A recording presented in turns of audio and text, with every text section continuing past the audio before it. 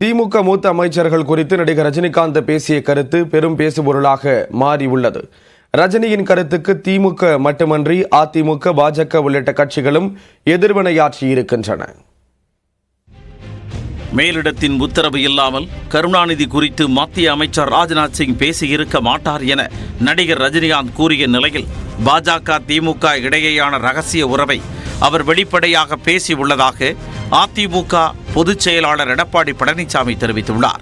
இப்போ ராஜ்நாத் சிங்கை ஒரு பத்தி ½ an hour அவர் பேசிருக்காங்கன்னு சொன்னா அது ராஜ்நாத் சிங் மட்டும் பேசிருக்க மாட்டாங்க, மேல இருந்து ஒரு உத்தரவு வந்திருக்கும்.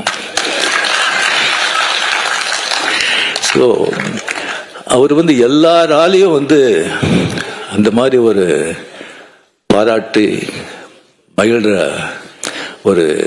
ஒரு மனிதர் அபூர்வங்க. யார் உத்தரவு போட்டா யார் பேசுறாங்க நாட்டு மக்கள் அனைவருக்கும் அறிவார்கள். அதை வெளிப்படைத்தன்மையாக இன்றைக்கு சூப்பர் ஸ்டார் ரஜினிகாந்த் அவர்கள் தெரிவிச்சிருக்கார், வெளிப்படையாக தெரிவிச்சிட்டார். இவர்கள் தான் நாடகம் ஆடுறாங்க, திமுக பாரதிய ஜனதா நாடகம் ஆடுறாங்க. அந்த நாடகத்தை வெளியில கொண்டு வந்தது திரைப்பட நடிகர், அவருக்கு நன்றி சொல்லலாம். அதான் நான் ஏற்கனவே சொல்லிட்டேன். இன்னைக்கு வெளியில பார்த்தா எதிரி மாதிரி இருக்குது, தோற்றம் அளிக்கிறாங்க. திமுகவும் பாரதிய ஜனதாவும் எதிரி மாதிரி தோற்றம், ஆனால் உள்ள உறவு வச்சிட்டு இருக்காங்க. திமுகவில் மூத்த தலைவர்களை பழைய மாணவர்கள் என நடிகர் ரஜினிகாந்த் கூறியதற்கு திரைத்துறையை விட்டு மூத்த நடிகர்கள் விலகாததால் இளைஞர்களுக்கு வாய்ப்பு கிடைப்பதில்லை என்று திமுக பொதுச் செயலாளர் துரைமுருகன் விமர்சித்துள்ளார். பாருங்க, அவங்கள சமாளிக்கிறது சாதாரண விஷயம். இங்க ஏகப்பட்ட பழைய ஸ்டூடெண்ட்ஸ், நான் அங்கே பார்த்து சொல்றேன், எல்லாருமே ஃபெயில் ஆயிட்டாங்க. இல்ல ஒரு ரேங்க் வாங்கிட்டு அந்த கிளாஸை விட்டு போக மாட்டோம்னு உட்காந்து துரைமுருகன் சொல்லி ஒருத்தர் இருக்காரு.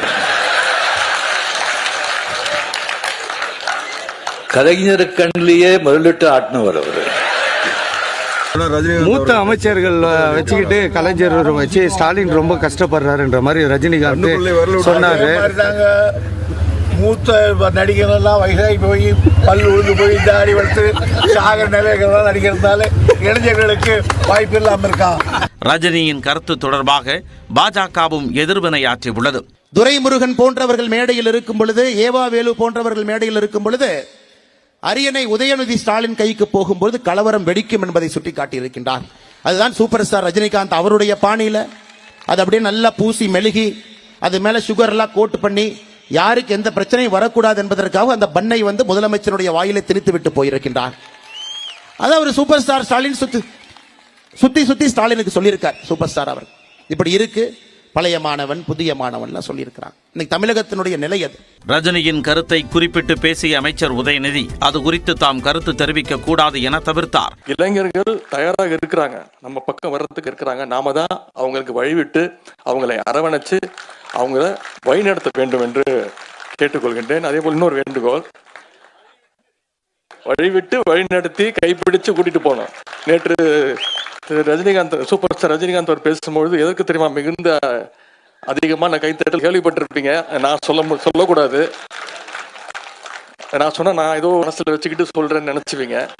இளைஞர்கள் தயாராக இருப்பதாகவும் அவர்களுக்கு வழிவிட்டு வழிநடத்தி அழைத்துச் செல்ல வேண்டும் எனவும் அமைச்சர் உதயநிதி கேட்டுக்கொண்டார். இளைஞர்கள் தயாராக இருக்கிறாங்க, நம்ம பக்கம் வர்றதுக்கு தயாராக இருக்கிறாங்க. நாம தான் அவங்களுக்கு வழிவிட்டு அவங்களை அரவணைச்சு அவங்கள வழிநடத்த வேண்டும் என்று கேட்டுக்கொள்கின்றேன். அதே போல் இன்னொரு வேண்டுகோள், வழிவிட்டு வழிநடத்தி கைப்பிடிச்சு கூட்டிட்டு போனோம். சூப்பர் ஸ்டார் ரஜினிகாந்த் அவர் பேசும்பொழுது எதற்கு தெரியுமா மிகுந்த அதிகமான கைத்தட்டல் நீங்கள் கேள்விப்பட்டிருப்பீங்க. நான் சொல்லக்கூடாது, நான் சொன்னா நான் ஏதோ ஒரு மனசுல வச்சுக்கிட்டு சொல்றேன்னு நினைச்சுவீங்க. தொலைக்காட்சிகள்ல நீங்களே பார்த்திருப்பீங்க. ஓல்ட் இஸ் கோல்டு தான். அரசியலில் ஜாக்கிரதையாக பேச வேண்டும் என நடிகர் ரஜினி அறிவுரை கூறிய நிலையில் அவரது பேச்சே தற்போது பேசுபொருளாகி இருக்கிறது.